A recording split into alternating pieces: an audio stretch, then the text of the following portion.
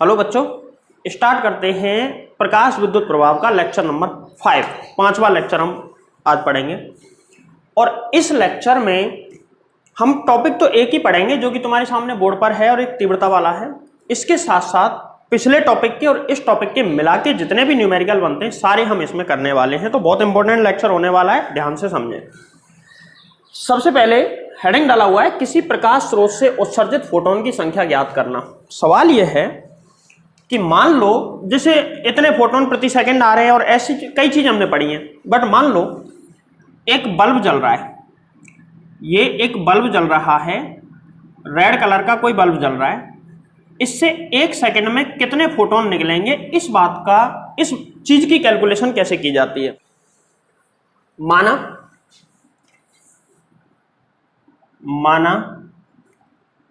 किसी बल्ब की शक्ति, माना किसी बल्ब की शक्ति P है, जिससे T समय में स्मॉल n फोटोन उत्सर्जित होते हैं। T समय में n फोटोन निकल रहे हैं। अतः T समय में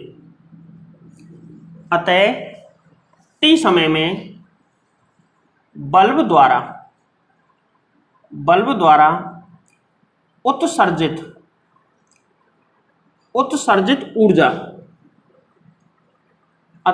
द्वारा उत्सर्जित ऊर्जा,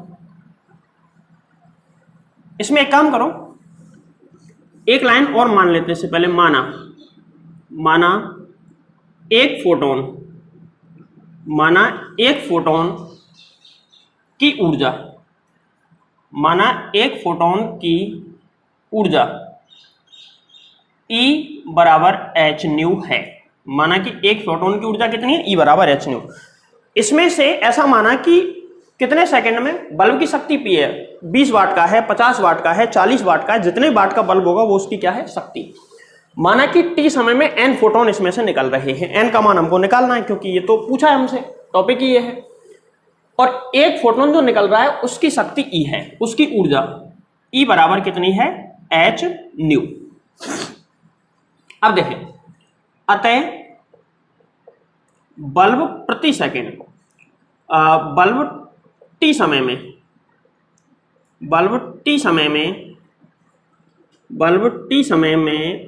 Ne ऊर्जा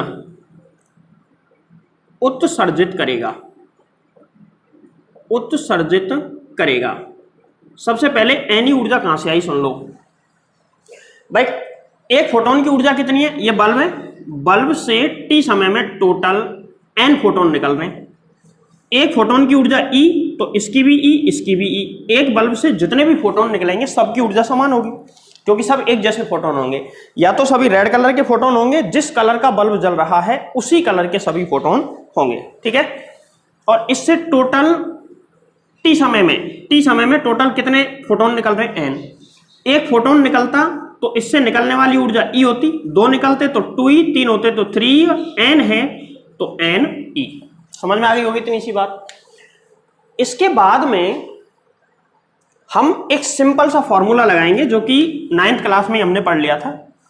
किसी भी बल्ब की शक्ति निकालनी हो या किसी भी चीज की शक्ति निकालनी हो तो बल्ब है, चूंकि शक्ति बराबर होता है प्रति सेकंड किया गया कार्य बटे समय। अब देखो, बल्ब यहां पे कोई फिजिकल कार्य तो कर नहीं रहा है, बल्ब कार्य कर रहा है ऊर्जा देने का। क्या कार्य कर रहा है, ऊर्जा देने का। तो बल्ब के कार्य की जगह पे हम क्या लेंगे, ऊर्जा, क्योंकि कोई फिजिकल कार्य नहीं कर रहा है कि बल इंटू विस्थापन, ऐसा कुछ नहीं कर रहा है। यहां पे आ जाएगा कार्य की जगह पे ले लेंगे ऊर्जा और बटे में क्या आ जाएगा, समय। यहां पे देखो, समय को अगर मैं T लेता हूं तो T समय में ऊर्जा कितनी आएगी, Ne अपॉन में कितना आ गया, T। ये बल्ब की शक्ति का फॉर्मूला हो गया। और शक्ति को किससे डिनोट करते हैं, P से। शक्ति होती है P। यहां से अतः फॉर्मूला निकल के आया, बल्ब की शक्ति P बराबर Ne अपॉन में T। ये बल्ब की शक्ति है। यह बल्ब की शक्ति है। लेकिन हमको बल्ब की शक्ति थोड़ी निकालनी है। बल्ब की शक्ति बल्ब के ऊपर लिखी होती है कि बल्ब कितने वाट का है, 20 वाट का, 10 वाट का, 50 वाट का, 100 वाट का, जितने भी वाट का वो होता है उतनी शक्ति उस पर लिखी होती है। ठीक है, अब ध्यान से समझना, हमसे टॉपिक में पूछा गया है किसी प्रकाश स्रोत से उत्सर्जित फोटोन की संख्या ज्ञात करना। तो हम उत्सर्जित फोटोन की संख्या ज्ञात करने के लिए दो तरीके से निकाल सकते हैं इसको। स्मॉल टी समय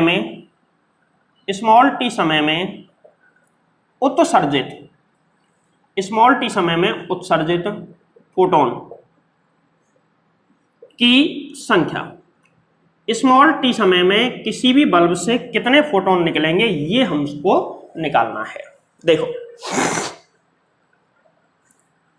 टी समय में, तो उसके लिए हम क्या करेंगे, ये जो फॉर्मूला दिख रहा है तुमको, यहां से अगर मैं चाहूं तो n का मान हम क्या लिख सकते हैं, n बराबर टी ऊपर पहुंच जाएगा PT अपॉन में E। या तो ये फॉर्मूला लगा दो, या फिर हम ले सकते हैं PT अपॉन में ये क्या है h न्यू, क्योंकि E बराबर h न्यू। या फिर ले सकते हैं PT अपॉन में HC ऊपर लैम्डा। कैसे आया तुमको पता है, न्यू इज इक्वल टू कितना होता है C अपॉन में लैम्डा। तो C तो नीचे आ जाएगा और लैम्डा पहुंच जाएगा ऊपर। तो कोई बल्ब टी समय में कितने फोटोन उत्सर्जित करेगा, उसके लिए इन तीनों में से जरूरत के हिसाब से हम फॉर्मूला ले सकते हैं। अगर वो ऐसे कह रहा है, मान लो कि जो बल्ब है वो रेड कलर का जल रहा है और कुछ नहीं दिया, बल्ब की शक्ति दे दी और बल्ब रेड कलर का जल रहा है, समय 1 सेकंड दे दिया, 2 सेकंड जो भी है, तो SC तो यहां पे क्या है कांस्टेंट, और SC का मान 12400 ले सकते हैं यदि लैम्डा किस में है, एंगस्ट्रॉम में। ठीक है, तो इस तरीके से हम आसानी से निकाल लेंगे। रेड कलर के लिए 8000 लिख देंगे, जो भी उसकी शक्ति होगी उसका गुणा करके आंसर आ जाएगा। अब कई बार सवाल पूछेगा प्रति सेकंड बल्ब से, या बल्ब से प्रति सेकंड, या बल्ब से हटा देता हूं, प्रति सेकंड उत्सर्जित फोटोन की संख्या। अगर तुमसे पूछता है फोटोन की संख्या, प्रति सेकंड उत्सर्जित फोटोन की संख्या अगर तुमसे पूछता है कि 1 सेकंड में कितने निकलेंगे, तो इस केस में t is equal to 1 second, t बराबर कितना है 1 सेकंड इस केस में, क्योंकि प्रति सेकंड मतलब 1 सेकंड में। तो इसी फॉर्मूले में t का मान 1 लिख के दोबारा लिख दो, प्रति सेकंड उत्सर्जित फोटोन की संख्या is equal to P upon में E, पहला फॉर्मूला इसके हिसाब से, दूसरा फॉर्मूला P अपॉन में h न्यू, तीसरा फॉर्मूला P लैम्डा अपॉन में HC। इन फॉर्मूलों का यूज करके हम आसानी से क्या निकाल सकते हैं, किसी भी बल्ब से उत्सर्जित फोटोन की संख्या। इसके बाद में एक छोटा सा टॉपिक और है, और वो है प्रकाश की तीव्रता। क्या है टॉपिक, प्रकाश की तीव्रता। कैसे निकालते हैं प्रकाश की तीव्रता, देखो प्रकाश की तीव्रता ज्ञात करना। इंटेंसिटी ऑफ लाइट, प्रकाश की आवृत्ति तो कलर से डिफाइन हो जाती है, तीव्रता निकालने का कोई तरीका नहीं है, क्योंकि फोटोन दिखते नहीं है तो उनको काउंट नहीं कर सकते। बट प्रकाश की तीव्रता हम फिर कैसे निकालेंगे वो सुन लो। प्रकाश की तीव्रता, यह हेडिंग डाल दो, प्रकाश की तीव्रता ओनली, जिसको हम कैपिटल I से डिनोट करते हैं। और तुमको बता दूं, प्रकाश की तीव्रता का मात्रक कैंडेला होता है। मूल मात्रकों में से एक होता है, सबसे लास्ट या सेकंड लास्ट पे हमेशा लिखा होता है, सबसे लास्ट वैसे मोल होता है, उससे पहले कैंडेला लिखा होता है। इनको उल्टा सीधा भी लिख सकते हैं, कोई दिक्कत नहीं। कैंडेला CD से इसको व्यक्त करते हैं और ये इसका मात्रक है। चलो, प्रकाश की तीव्रता, ज्योति तीव्रता जिसको हम कहते हैं वही प्रकाश की तीव्रता है। ज्योति मतलब प्रकाश ही होता है। प्रकाश की तीव्रता परिभाषा सुनो, किसी सतह के लंबवत एकांक क्षेत्रफल पर आपतित विकिरण ऊर्जा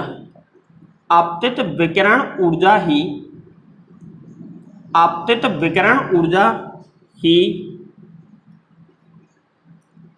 प्रकाश की तीव्रता कहलाती। एकांक क्षेत्रफल पर प्रति सेकंड, एक शब्द और रह गया, किसी सतह के लंबवत एकांक क्षेत्रफल पर प्रति सेकंड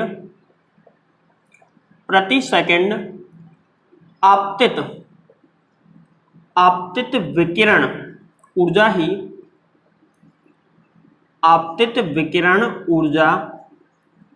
ही प्रकाश की तीव्रता कहलाती है। प्रकाश की तीव्रता कहलाती है। इसका मात्रक क्या होता है? कैंडेला होता है। इसका मात्रक कैंडेला होता है। ठीक है, अब सुने ध्यान से। किसी सतह के लंबवत एकांक क्षेत्रफल पर प्रति सेकंड आपतित विकिरण ऊर्जा ही प्रकाश की तीव्रता कहलाती है। तो विकिरण ऊर्जा ही क्या कहलाती है? तीव्रता। बट एकांक क्षेत्रफल पर प्रति सेकंड, तो इस परिभाषा के हिसाब से प्रकाश की तीव्रता का फॉर्मूला क्या होगा? प्रकाश की तीव्रता बराबर होती है विकिरण ऊर्जा के, बराबर होती है विकिरण ऊर्जा। लेकिन कौन सी विकिरण ऊर्जा? प्रति सेकंड और प्रति एकांक काट क्षेत्रफल पर। तो काट क्षेत्रफल का भाग लगा दो, काट क्षेत्रफल इनटू समय का भाग लगा देंगे तो एकांक समय में ऊर्जा आ जाएगी, क्षेत्रफल का भाग लगा देंगे तो एकांक क्षेत्रफल पर ऊर्जा आ जाएगी। ठीक है, तो प्रकाश की तीव्रता विकिरण ऊर्जा बटे काट क्षेत्रफल इनटू समय का हम भाग लगा देंगे तो क्या आ जाएगी? प्रकाश की तीव्रता। ठीक है, अब अगर माना किसी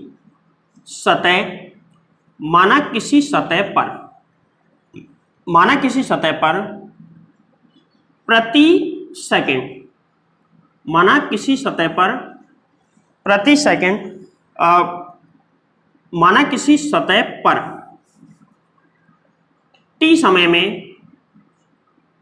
टी समय में आपतित ऊर्जा E है। सतह का क्षेत्रफल कैपिटल A है। तो इस कंडीशन के हिसाब से यहां पे मान लिखेंगे तो I इज इक्वल टू क्या आ जाएगा? विकिरण ऊर्जा कितनी? E अपॉन में कितना आ जाएगा? काट क्षेत्रफल कितना? A और समय कितना लगा? T। ठीक है, क्या मैं इसको ऐसे लिख सकता हूं? E अपॉन में T अपॉन में A। बोलो सही है? E अपॉन में T अपॉन में A। अच्छा, E अपॉन T, चूंकि E अपॉन में T, E क्या है? T समय में आपतित ऊर्जा और T लगा समय, तो ये हो जाएगी शक्ति। क्या हो जाएगी? ये शक्ति। तो ये प्रकाश स्रोत की शक्ति हो गई। P है प्रकाश स्रोत की शक्ति, ये प्रकाश स्रोत की शक्ति होगी। ठीक है, तो I बराबर हो जाएगा P अपॉन में A। यहां पे P तो क्या है? प्रकाश स्रोत की शक्ति, और A क्या है? उस जगह का क्षेत्रफल जिस जगह पर प्रकाश आपतित हो रहा है। मतलब जैसे सामने एक दीवार है, पूरी दीवार है, इस दीवार के सामने एक बल्ब जल रहा है, बिल्कुल पास में ही है, दूर नहीं है, एक बल्ब जल रहा है, और इस बल्ब का पूरा जो प्रकाश है वो इस दीवार पर आपतित हो रहा है। तो इस दीवार पर प्रकाश की तीव्रता कितनी होगी, ये अगर हमको पता करना है तो ये पता करने के लिए हमको एक तो बल्ब की शक्ति P पता होनी चाहिए, एक इस दीवार का क्षेत्रफल पता होना चाहिए। बल्ब की शक्ति में दीवार के क्षेत्रफल का भाग लगा दो, इतनी तीव्रता या इतने कैंडेला का प्रकाश इस दीवार पर आपतित हो रहा होगा। ये बात समझ में आई? चलो, इसमें एक बड़ी इंपॉर्टेंट चीज है, 12th में तो उसका कोई काम नहीं है, बट तुम 11th में उसको पढ़ चुके हो, 12th में उसका थोड़ा सा जेई और नीट के पेपर में काम पड़ेगा। अभी सवाल करवाऊंगा, तुमको समझ में आएगा। जैसे यहां पर नोट डाल के लिख देना, बल्ब एवं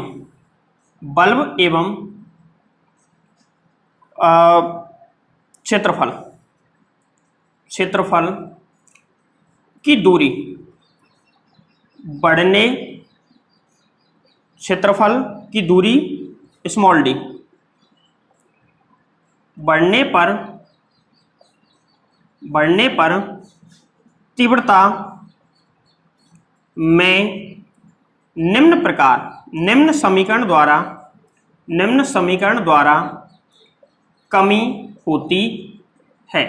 और वो समीकरण ये है I is proportional to 1/d²। मतलब ये है कि दूरी का जो वर्ग है वो व्युत्क्रमानुपाती होता है किसके? प्रकाश की तीव्रता के। मतलब दूरी जितनी बढ़ाते जाओगे, भाई सीधी सी बात है, दूरी बढ़ाते जाओगे तीव्रता कम होती जाएगी। मतलब ये बल्ब जल रहा है, यहां पे तुम किसी चीज को रखोगे तो ज्यादा ब्राइट होगा, उजाला ज्यादा होगा, दूर रखोगे तो कम, और दूर रखोगे और कम, और दूर ले जाओगे और कम। तो जैसे जैसे दूर जाती जाएगा, जो दीवार है, जो क्षेत्रफल है वो दूर जाता जाएगा, प्रकाश की तीव्रता उस पर कम होती जाएगी, मतलब उस पर उजाला कम होता जाएगा, उस पर कम से कम फोटोन पहुंचेंगे।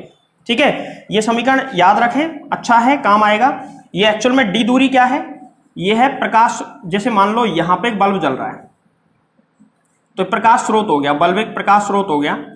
इस प्रकाश स्रोत से उस पर्दे या उस दीवार की दूरी जिस पर प्रकाश आपतित हो रहा है, ये वाली दूरी है स्मॉल डी।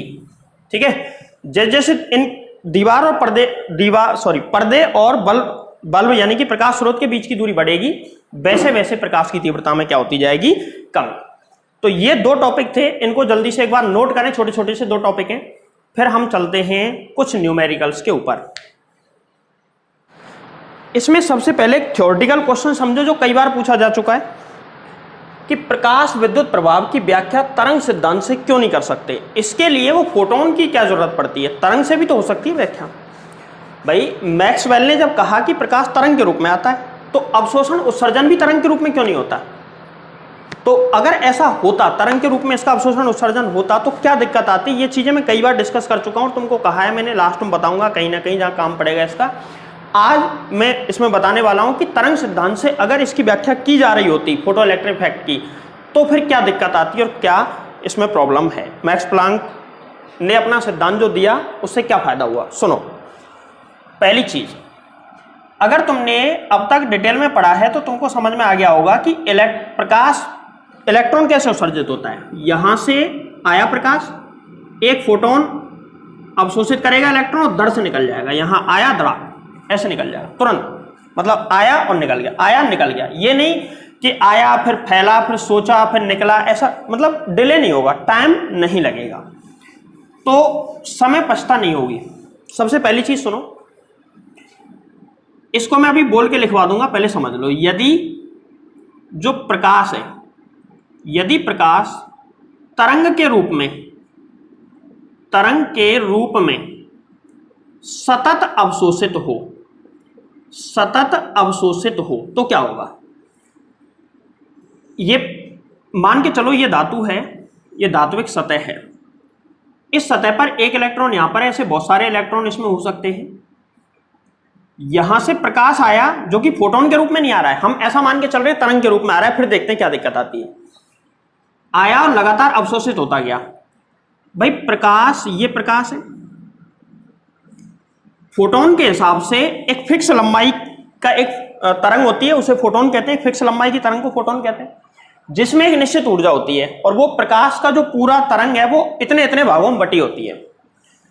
अगर मान लो यहां से यहां तक कोई फोटोन है जिसमें कि 4 इलेक्ट्रॉन वोल्ट ऊर्जा है, मान लो, तो यहां से यहां तक लंबाई में 4 इलेक्ट्रॉन वोल्ट ऊर्जा है, तो यहां से इसके जस्ट आधे में, यहां से यहां तक में कितनी ऊर्जा होगी? 2 इलेक्ट्रॉन वोल्ट। और इसके जस्ट आधे में 4 हिस्से कर दें, इसके इस हिस्से में भी 1 इलेक्ट्रॉन वोल्ट ऊर्जा, इसमें भी 1 इलेक्ट्रॉन वोल्ट, इसमें भी 1 इलेक्ट्रॉन वोल्ट, और इसमें भी 1 इलेक्ट्रॉन वोल्ट। सही है।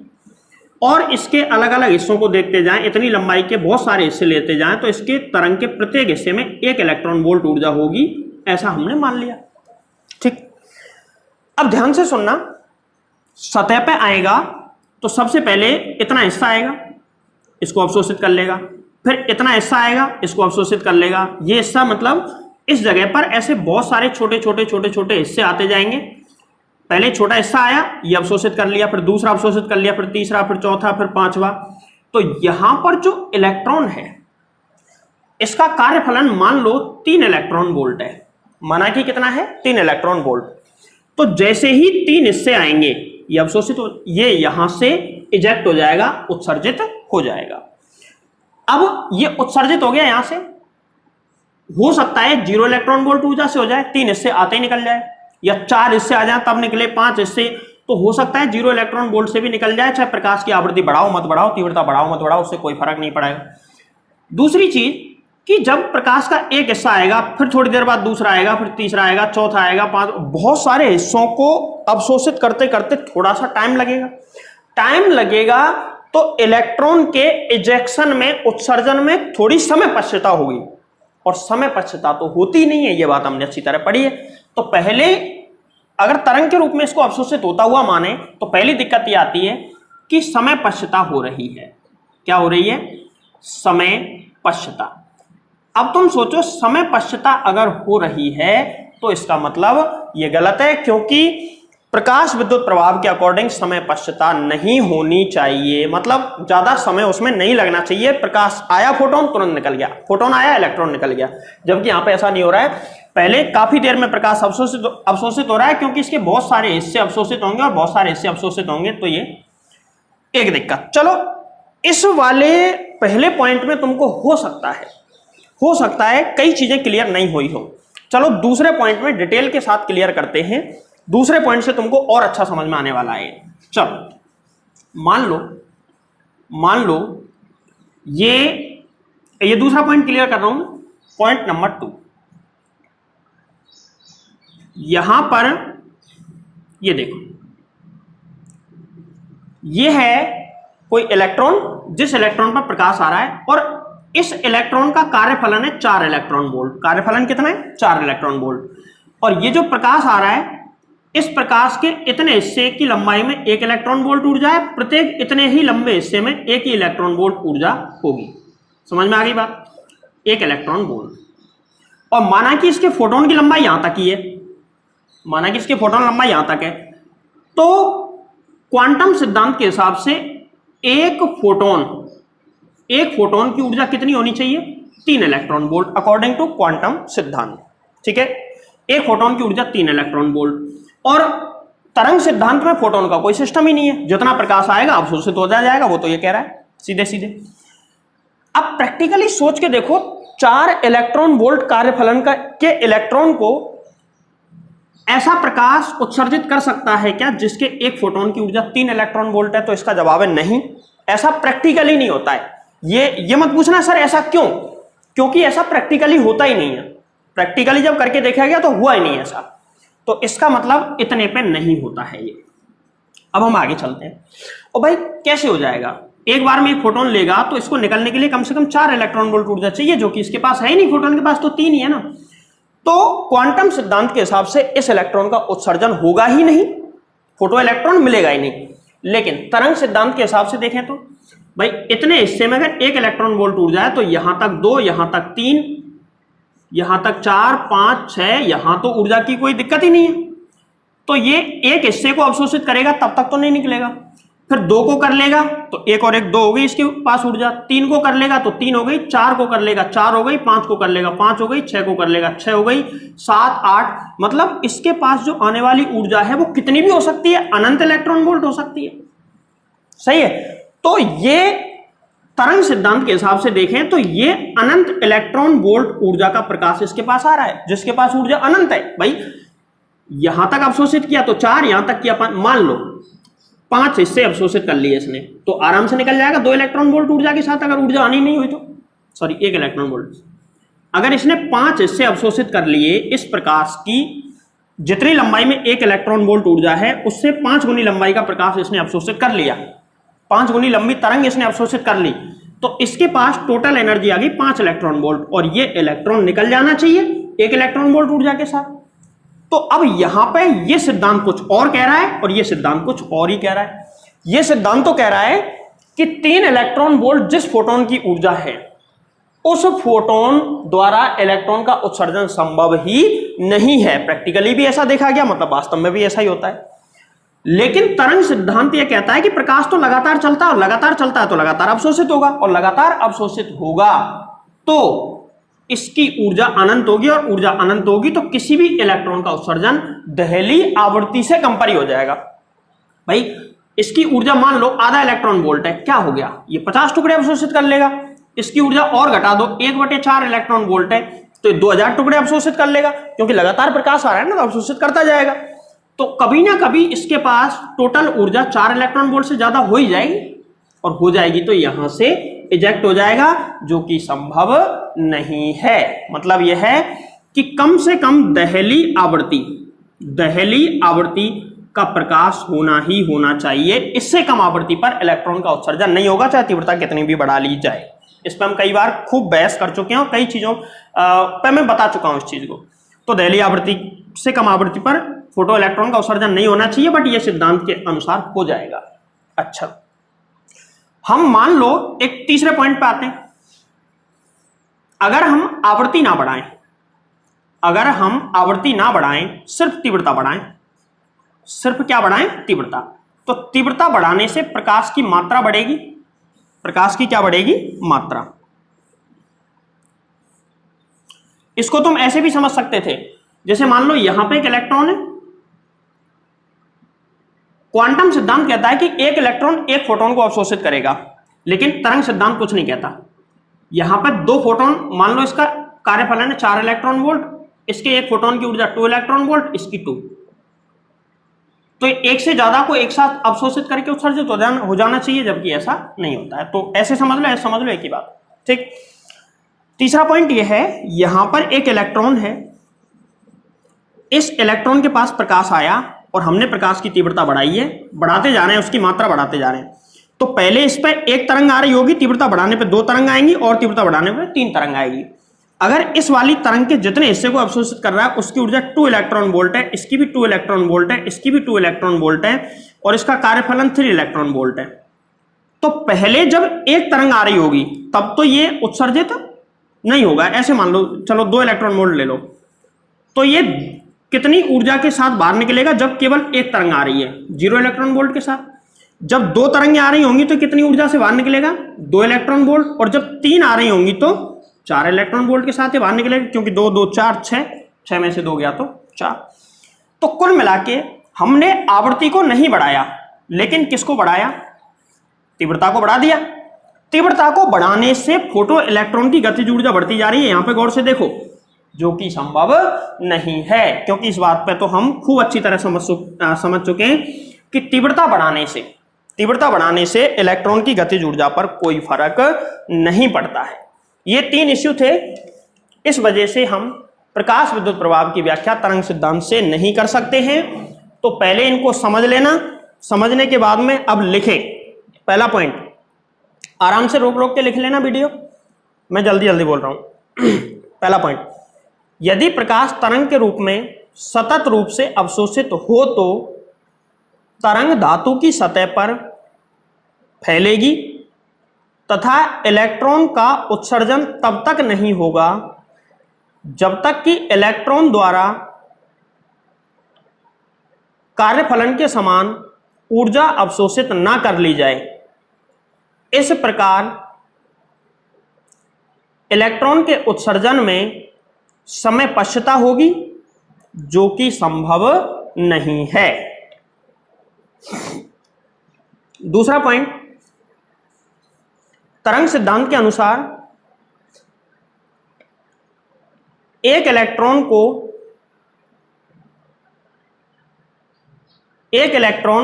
ऊर्जा को सतत अवशोषित करके दहली आवृत्ति से कम आवृत्ति पर ही उत्सर्जित हो जाना चाहिए, परंतु ऐसा नहीं होता है। तीसरा और लास्ट पॉइंट, तरंग सिद्धांत के अनुसार तीव्रता बढ़ाने पर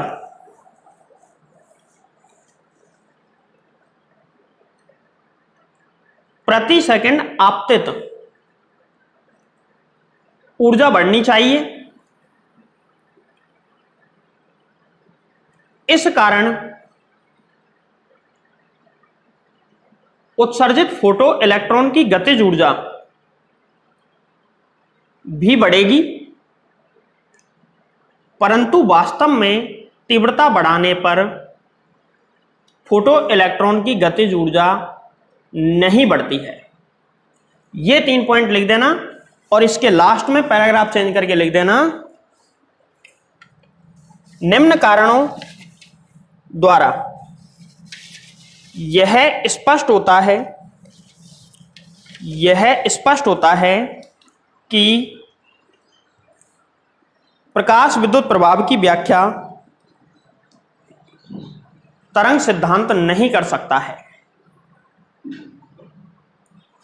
कंपटीशन एग्जामों में आए हुए कुछ न्यूमेरिकल और देख लेते हैं हम, इसके बाद में फिर वीडियो करेंगे खत्म। देखें भाई, सबसे पहले तो पहला न्यूमेरिकल देखो, धातु की सतह बल्ब से 50 सेंटीमीटर दूर है। कितनी दूर है? 50। ये आया है AIPMT 2013। AIPMT 2013 मतलब अभी जो नीट का पेपर होता है कुछ समय पहले, शायद 2017 या 16 में बदला है इसको नाम। इसका नीट की जगह AIPMT इसका नाम हुआ करता था और ऑल इंडिया लेवल पर वो एग्जाम होता था। AI मतलब ऑल इंडिया लेवल पर प्री मेडिकल टेस्ट होता था, all India pre medical test. 2013 के पेपर में ये क्वेश्चन पूछा है, बहुत सरल सा क्वेश्चन है, एक बार देख लेते हैं कि धातु की सतह बल्ब से 50 सेंटीमीटर दूरी पर रखी है, जिससे प्रति second n photo electron V अधिकतम वेग से या V वेग से, अधिकतम वेग V से उत्सर्जित हो रहे हैं। अब दूरी को आधी कर दें तो प्रति सेकंड उत्सर्जित फोटोन की संख्या एवं इसका अधिकतम वेग ज्ञात करो। भैया देख लो, एकदम सिंपल सवाल है, बट थोड़ा सा पूछने में चीजें इस तरीके से कंफ्यूज की हैं जिससे कि बच्चा इसको कुछ और ही समझे। वास्तव में सवाल सरल है। देखो, तीव्रता जब मैं करा रहा था तो तीव्रता में पिछला टॉपिक अभी जो खत्म किया है, तीव्रता I is proportional to 1/d²। मतलब यह है दूरी बदलने से सिर्फ तीव्रता बदलती है, आवृत्ति पे कोई फर्क नहीं पड़ता। बस हो गया सवाल।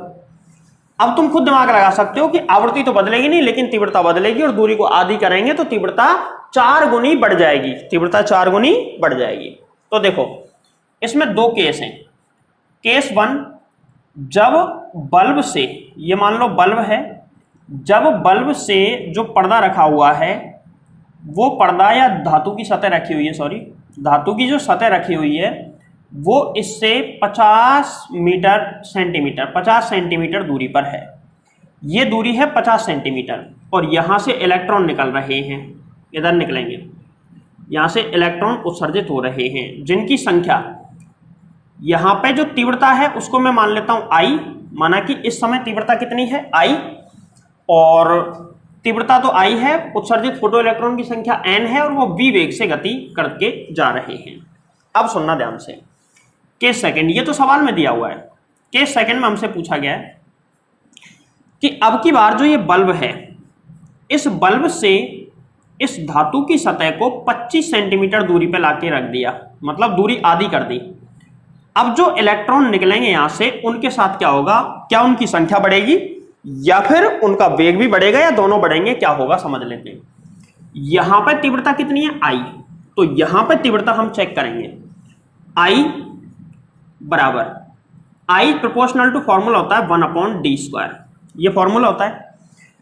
यहां पर तीव्रता I है तो दूरी के साथ इस प्रकार घटती है, I इज प्रोपोर्शनल टू, या फिर ऐसे मानो I बराबर, यहां पे तीव्रता के लिए कांस्टेंट k ले लेते हैं, d 1/d²। यहां पे I डैश मान लेता हूं मैं इसको। देखो, जहां पे इतनी दूरी है वहां पे तीव्रता इतनी है, और दूरी हो गई आधी।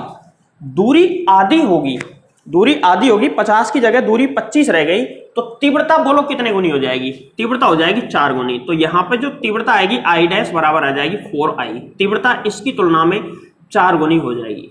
तीव्रता कितने गुनी हो जाएगी? 4 गुनी। अब इसका एक चीज समझो, यहां पे एक चीज ये समझो, अगर किसी बच्चे को कैलकुलेशन करके निकालनी है तो ऐसे निकाल लेना।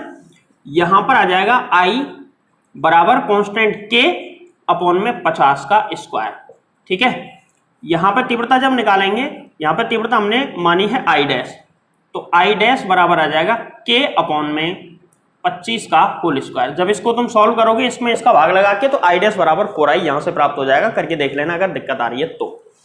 अब सुनना ध्यान से, अतः प्रकाश की तीव्रता 4 गुनी बढ़ जाएगी।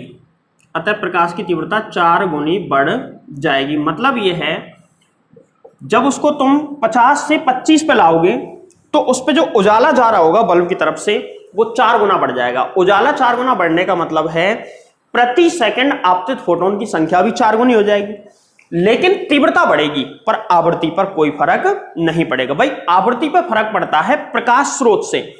अभी मान के चलो ये लाल जल रहा है और अभी नीला जलने लगे तो यहां पर प्रकाश की ऊर्जा बढ़ गई तो आवृत्ति भी बढ़ गई, लेकिन दोनों बल्ब एक जैसे हैं, चाहे कम दूरी पे हो ज्यादा दूरी पर हो, दोनों पे फोटोन समान ऊर्जा का ही जाएगा। तो सिर्फ और सिर्फ क्या बढ़ी है? तीव्रता। कितने गुनी? 4 गुनी। भाई 4 गुने फोटोन जाएंगे तो तीव्रता, इस केस में तीव्रता तो कितनी हो जाएगी? तीव्रता हो जाएगी 4i, 4 गुनी, मतलब पहले के बजाय 4 गुने ज्यादा फोटोन इस पर जाएंगे। तो 4 गुने जाएंगे तो उत्सर्जित फोटो इलेक्ट्रॉन की संख्या भी 4 गुनी हो जाएगी, सीधी सी बात है। तो उत्सर्जित फोटोन हो जाएंगे 4n प्रति सेकंड। प्रति सेकंड कितने फोटोन उत्सर्जित होंगे? 4n। बिना कैलकुलेशन का सवाल है, 4n। और वेग v का v रहेगा, कारण भाई तीव्रता बढ़ने से ऊर्जा नहीं बढ़ती है।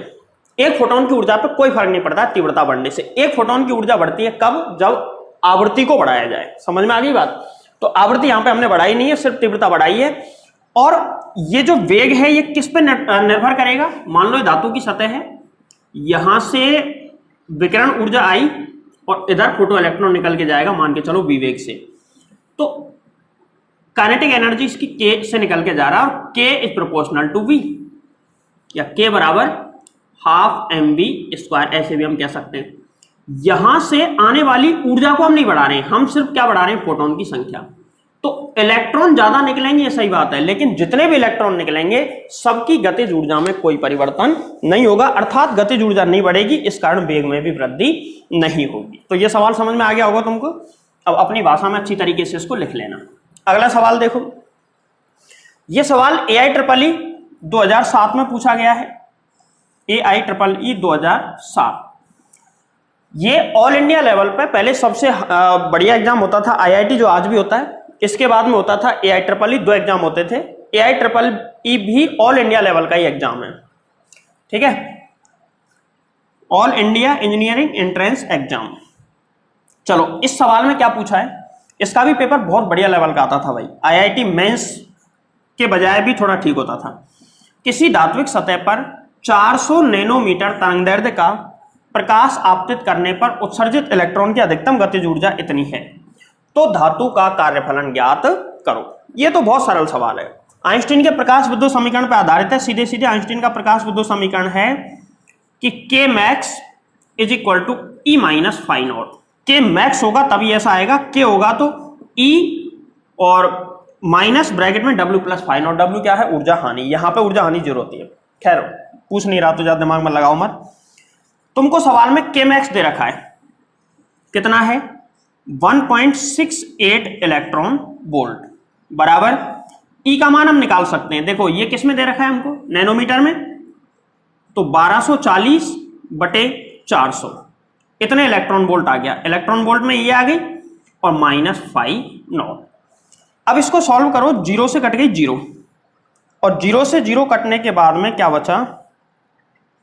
1.68, ये भी इलेक्ट्रॉन वोल्ट में है और इसको मैं इधर लाऊंगा ट्रांसफर करके, तो माइनस, इसको जब सॉल्व करेंगे तो 3.1 आएगा, लगभग 3.1, लगभग क्या पूरा ही आ जाएगा।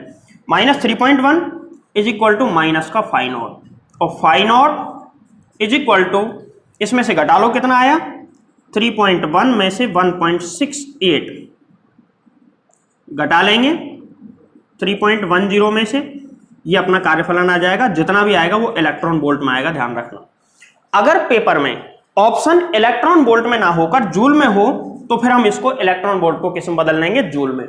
अगला सवाल इसी तरीके का है, देख लो, ये सवाल सिंपल 2 लाइन का है। अगले सवाल पे चलते हैं। ये PMT 2006 में पूछा था, प्री मेडिकल टेस्ट या AIPMT कह सकते हो। किसी फोटोन का संवेग इतना है, ध्यान देना इस लाइन पे, ग्राम इंटू सेंटीमीटर पर सेकंड में, किलोग्राम मीटर पर सेकंड में नहीं है। तो इसकी ऊर्जा अर्घ में ज्ञात करो। तो ऊर्जा तो तुमको निकालनी है, लेकिन फिर निकाल के उसको किस में बदलना है? अर्घ में। चलो बताते हैं। सबसे पहले एक काम करो, इसका जो संवेग है P बराबर संवेग कितना है? 2 इंटू 10⁻⁻6 ग्राम इंटू सेंटीमीटर प्रति सेकेंड। पहले तो इसको किलोग्राम इंटू मीटर पर सेकेंड में बदलो, तो ग्राम को किलोग्राम में बदलोगे तो 2 इंटू 10⁻⁹ हो जाएगा। ये -9 1000 का भाग लगेगा किलोग्राम में बदलने के लिए।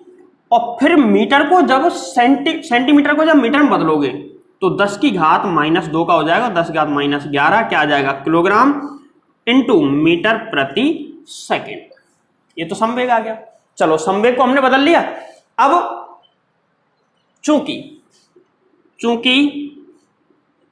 E बराबर mc² होता है, इसको क्या मैं ऐसे लिख सकता हूं mc इंटू सी, और mc क्या होता है संवेग p, तो क्या आ गया p इंटू सी।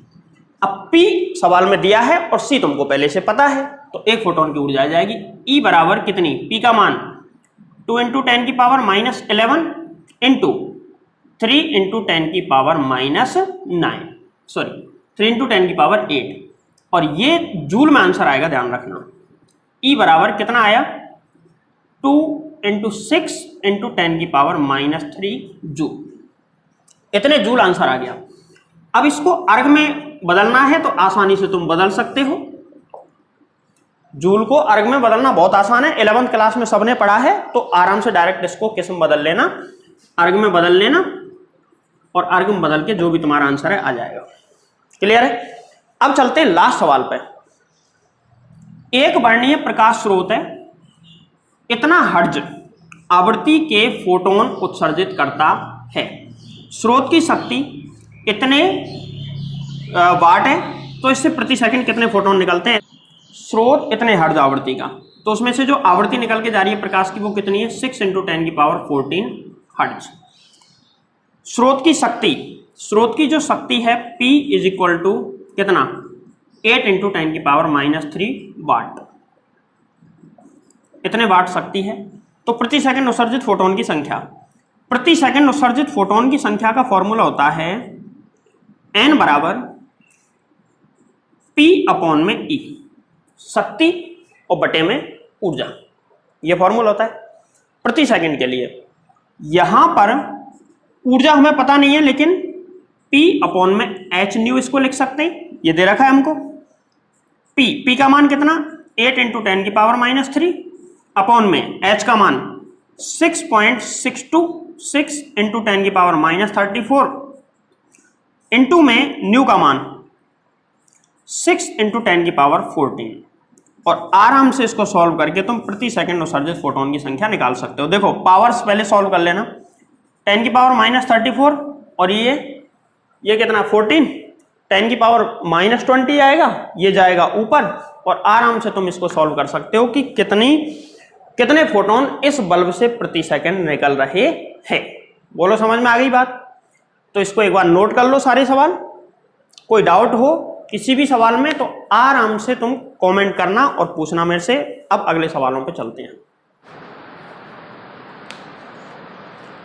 अगले 3 सवाल देखें भाई, तीनों के तीनों बढ़िया कंपटीशन में पूछे गए। देखो पहला सवाल पूछा है नीट 2018 में, दूसरा जेई एडवांस 2014 में, मेंस में नहीं एडवांस में पूछा है। इसके बाद में पीएमटी 2014, ये और ये एक ही बात हो गई क्योंकि ये नीट और पीएमटी एक ही बात है। चलो देखो पहला सवाल क्या है जो कि नीट वाला, किसी सतह पर आपतित प्रकाश की तरंगदैर्ध्य को आधी करने पर उत्सर्जित फोटो इलेक्ट्रॉन की गतिज ऊर्जा 3 गुनी हो जाती है, तो कार्यफलन की गणना करो। संख्या कुछ नहीं थी, कार्यफलन पूछ लिया। चलो इसमें 2 केस हैं। प्रारंभ में तरंगदैर्ध्य जो है वो कितनी है लैम्डा, और अंत में या दूसरे केस में अंत में इसकी तरंगदैर्ध्य कितनी कर देता है वो आधी, मतलब λ/2 कर देता है। इस केस में जब तरंगदैर्ध्य लैम्डा है तो उसकी गतिज ऊर्जा मैं k मान लेता हूं, k मैक्स। इसकी जो गतिज ऊर्जा है वो कितनी है k मैक्स, या k मान लो इसकी गतिज ऊर्जा k है। और जब आधी करता है उसको, तरंगदैर्ध्य को आधी करेगा तो आवृत्ति 2 गुनी हो जाएगी, और आवृत्ति 2 गुनी होगी तो गतिज ऊर्जा कितने गुनी हो गई 3 गुनी, वो ऐसा कह रहा है 3 गुनी हो गई। इसका मतलब यहां पर काइनेटिक एनर्जी 3k आएगी। अब इसके हिसाब से इसको सॉल्व कर दो, जो भी आंसर आएगा देख लेंगे। आइंस्टीन का प्रकाश विद्युत समीकरण लगा दो दोनों में। पहला है के बराबर या के मैक्स बराबर ई माइनस फाई नॉट। दूसरा है यहां पे के की जगह 3k आएगा बराबर ई माइनस फाई नॉट। कार्यफलन दोनों केस में सेम ही रहता है, आवर्ती तीव्रता कुछ भी बढ़ाओ उससे कार्यफलन पे कोई फर्क नहीं पड़ता है। यहां से देखो k इज इक्वल टू, इस केस में इसका मान क्या आ जाएगा, E बराबर h नहीं होता है तो हम लिख सकते हैं एच सी अपॉन में लैम्डा माइनस फाई नॉट। यहां पे क्या आ जाएगा 3k इज इक्वल टू, यहां पे क्या एच सी अपॉन में lambda by 2 minus phi nought. तो इसको सॉल्व किया तो क्या आया, k is equal to h c upon में लैम्डा माइनस फाई नॉट, और इधर क्या चल रहा है 3k is equal to 2hc upon में लैम्डा माइनस फाई नॉट। दो इक्वेशन आ गई, इक्वेशन नंबर 1 और इक्वेशन नंबर 2। इन दोनों को आपस में सॉल्व करो और आंसर निकाल लो। समीकरण 2 में समीकरण 1 का भाग लगाओ, क्या आएगा 3k अपॉन में k is equal to h c upon lambda 2hc upon lambda minus phi nought, और इसके बटे में h c upon lambda minus phi nought. के से के कट गया और क्या आया आगे, के से के कटा तो ये ऊपर पहुंच जाएगा 3hc अपॉन में lambda minus 3 phi nought is equal to 2hc upon में लैम्डा माइनस फाई नॉट। इसमें इस वाले 3 का इसमें और इसमें दोनों में गुणा कर दिया है मैंने। यहां से एक काम करो 3 फाई नॉट और ये है फाई नॉट, इनका ट्रांसफर करके देखो माइनस 3 फाई नॉट और ये कितना plus phi nought is equal to 2hc upon में लैम्डा, ये उधर जाएगा माइनस 3hc अपॉन में लैम्डा। तो इसको जब सॉल्व करेंगे minus 2 phi nought is equal to कितना आ गया माइनस hc अपॉन में लैम्डा, और यहां से phi nought is equal to कितना आ जाएगा, माइनस से माइनस कट जाएगा hc अपॉन में 2 लैम्डा। ये इसका कार्यफलन आ गया, इसको नोट कर लें। कार्यफलन का मान ऑप्शन में मिलेगा तुमको, ये इस तरीके से ऑप्शन आएंगे 4, उनमें से एक ऑप्शन इसको चूज कर लेंगे। बोलो क्लियर है बात। पहला सवाल नीट 2018 का। इसके बाद में हम आते हैं सवाल नंबर नेक्स्ट, जेई एडवांस। धातु की सतह पर इतने और इतने नैनोमीटर तरंगदैर्ध्य का प्रकाश आपतित करने पर इलेक्ट्रॉन का वेग क्रमशः v1 v2 इतना है, तो कार्यफलन की गणना करो। इसमें एक काम करो, लैम्डा 1 बराबर कितना है 248 नैनोमीटर, और लैम्डा 2 बराबर कितना है 310 नैनोमीटर। आगे जाने से पहले एक काम करता हूं, जब तरंगदैर्ध्य इतनी है, जब वेवलेंथ लैम्डा 1 है, उस समय ऊर्जा, एक फोटोन की ऊर्जा E बराबर 1240 और बटे में 248 इतने इलेक्ट्रॉन वोल्ट होगी, और 310 पे कितनी होगी E2 बराबर 1240 बटे में 310 इलेक्ट्रॉन वोल्ट। E1 E2 मैंने निकाल लिया। दोनों केस में लैम्डा 1 और लैम्डा 2, इन दोनों केसों में हम लगा देंगे आइंस्टीन का प्रकाश विद्युत समीकरण। तो इस वाले केस में आइंस्टीन का प्रकाश विद्युत समीकरण लगाएंगे। वो क्या कह रहा है, कार्यफलन निकालना है और v1 v2 का अनुपात हमको दे रखा है। इस केस में क्या लगेगा फॉर्मूला, इस केस का फॉर्मूला क्या होगा, k इज इक्वल टू पहले केस में E1 माइनस फाई नॉट। इस केस में क्या होगा k इज इक्वल टू, या k1 मान लो, इसको k2 मान लो, k2 is equal to E2 minus phi nought. Phi nought दोनों में सेम रहेगा क्योंकि फाई नॉट तो कांस्टेंट होता है। अब E1 का मान इलेक्ट्रॉन वोल्ट में पता है, E2 का मान भी इलेक्ट्रॉन वोल्ट में हमको पता है, साथ में इनके वेग भी पता है। और K1 का मान अगर हम चाहें तो K1 का मान क्या लिख सकते हैं, यहां से K1 का मान लिख सकते हैं half m v1 square is equal to E1 minus phi nought, और यहां पे लिख सकते हैं 1/2 m v2 square is equal to E2 minus phi nought. Equation number 1, equation number 2, दो समीकरण आगे पहले की तरह। अब एक काम करते हैं, E1 E2 सबके मान हमको पता है, इसलिए हम क्या करेंगे, अब सीधे समीकरण 1 में 2 का या 2 में 1 का कोई सा का भाग लगा दो। जब हम भाग लगाएंगे तो क्या आएगा, देखो इसका इसमें भाग लगाना है तो 1/2 से तो 1/2 कट जाएगा, m से m कट जाएगा, और क्या आ जाएगा, v1 का स्क्वायर अपॉन में v2 का स्क्वायर बराबर E1 माइनस फाइव नॉट बटे में E2 माइनस फाइव नॉट। ठीक है, अब क्या करेंगे हम, इसको क्या मैं ऐसे भी लिख सकता हूं कि v1 अपॉन में v2 का whole square is equal to E1 minus phi nought upon में E2 माइनस फाइव नॉट। बोलो क्लियर है बात। इसकी जगह पे v1 अपॉन v2 सवाल में दे रखा है, v1 अपॉन v2 बराबर है 2:1, तो इसकी जगह मैं लिख दूंगा 4/1, 4/1, क्योंकि होल स्क्वायर है ना 2:1 का, तो 4/1 बराबर E1 का मान कितना, E1 का मान ये रहा 1240 बटे में 248, और E2 का मान 1240 बटे 310। तो पहले एक काम करते हैं, E1 minus phi nought upon में E2 माइनस फाइव नॉट, वही बजरुगुणा करो इनका। जब बजरुगुणा करेंगे तो ये क्या आ जाएगा, 4E2 minus phi nought minus 4 phi nought is equal to E1 minus phi nought. तो यहां इसको सॉल्व किया तो क्या आ गया, -4 फाइव नॉट और प्लस का phi nought is equal to E1 minus 4E2। ठीक है, तो यहां से क्या आ जाएगा, -3 phi nought is equal to E1 minus 4E2।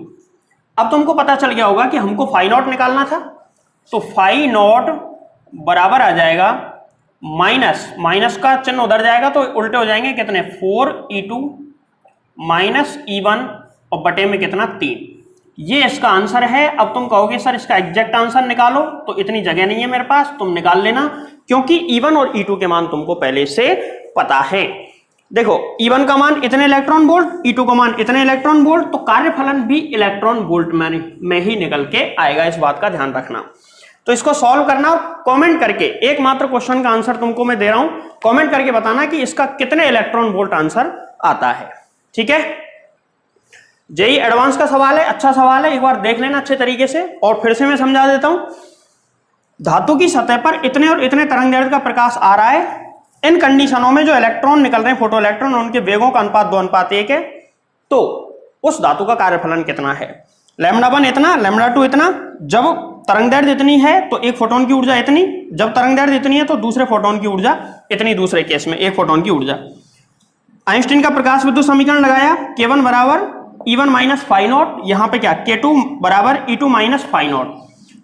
Kinetic energy को मैं क्या लिख सकता हूं, हाफ mv², तो हाफ mv²। अब ये मत कहना साहब m1 m2 क्यों नहीं लिखा, क्योंकि दोनों केस में निकलेगा तो इलेक्ट्रॉन, और दोनों बार इलेक्ट्रॉन होगा तो इलेक्ट्रॉन का वेग समान होता है, इसलिए m ले लेना। यहां पे 1/2 से 1/2 कट गया, m से m कट गया, v1 square upon v2 square बराबर E1 minus phi nought upon में E2 माइनस फाइव नॉट आ जाएगा, और इसको आपस में सॉल्व करके हमने किसका मान निकाल लिया, फाइव नॉट का। बोलो क्लियर है। लास्ट सवाल पे चलते हैं, इसको तुमको पूरा सॉल्व करना है। हिंट सुन लो, किसी धातु की सतह पर आपतित फोटोन की आवृत्ति को 20% बढ़ा दिया जाए तो इलेक्ट्रॉन की गतिज ऊर्जा 0.5 इलेक्ट्रॉन वोल्ट से इतनी हो जाती है। दो केस है, पहला केस केस 1 या प्रारंभ में, और इसके बाद में ये प्रारंभिक कंडीशन और ये अंत में, ये प्रारंभ में और ये अंत में। इस सवाल को उतार लेने, एक बार मिटा देता हूं यहां से, इसको नोट कर लिया होगा, इसको कर लेना अगर वीडियो को वापस करके। देखो दो केसेस में, प्रारंभ और अंत में। प्रारंभ में वो कह रहा है कि आवृत्ति को मैं मान लेता हूं न्यू और गतिज ऊर्जा है 0.5 इलेक्ट्रॉन वोल्ट। तीनों के तीनों सवालों में एक ही चीज पूछी गई है, ध्यान रखना, कार्यफलन, और तीनों सवालों में कुछ ना कुछ चेंज करके ही पूछा गया है। देखो पहले में भी आवृत्ति चेंज की, दूसरे में भी आवृत्ति चेंज की और तीसरे में भी आवृत्ति, लेकिन चेंज करने का तरीका हर बार अलग था। तो बस इतना ही चेंज करता है, ध्यान रखना। पहले मैं आवृत्ति को न्यू मान लेता हूं और काइनेटिक एनर्जी कितनी है 0.5 इलेक्ट्रॉन। दूसरे में आवृत्ति हो जाएगी न्यू प्लस 20%, मतलब न्यू से 20% ज्यादा हो जाएगी, और इस कंडीशन में काइनेटिक एनर्जी हो जाएगी कितनी। अब यहां पर आवृत्ति इतनी है तो ऊर्जा कितनी होगी, फोटोन की ऊर्जा E1 बराबर h न्यू। यहां पर फोटोन की ऊर्जा कितनी होगी E2 बराबर h, और न्यू का 20% इसमें ऐड करोगे तो न्यू प्लस न्यू का 20% कितना होगा 20/100, न्यू इंटू 20/100, ये 5 बार कट जाएगा तो न्यू प्लस न्यू बटे 5 मतलब कितना आ जाएगा ये 6 न्यू बाई 5। यहाँ पे जो फ्रीक्वेंसी है वो 20% जो है वो किस तरीके से होगी, E2 बराबर h और न्यू का मान होगा 6 न्यू अपॉन में 5। ध्यान रखना इस चीज को, E1 E2 के मान पता चल गए। यहाँ पे kinetic energy K1 is equal to 0.5 electron volt और यहाँ पे K2 is equal to 0.8 electron volt. इस केस में समीकरण लगाना आइंस्टीन का, K1 बराबर E1 माइनस फाई नॉट, इस केस में K2 बराबर E2 माइनस फाई नॉट।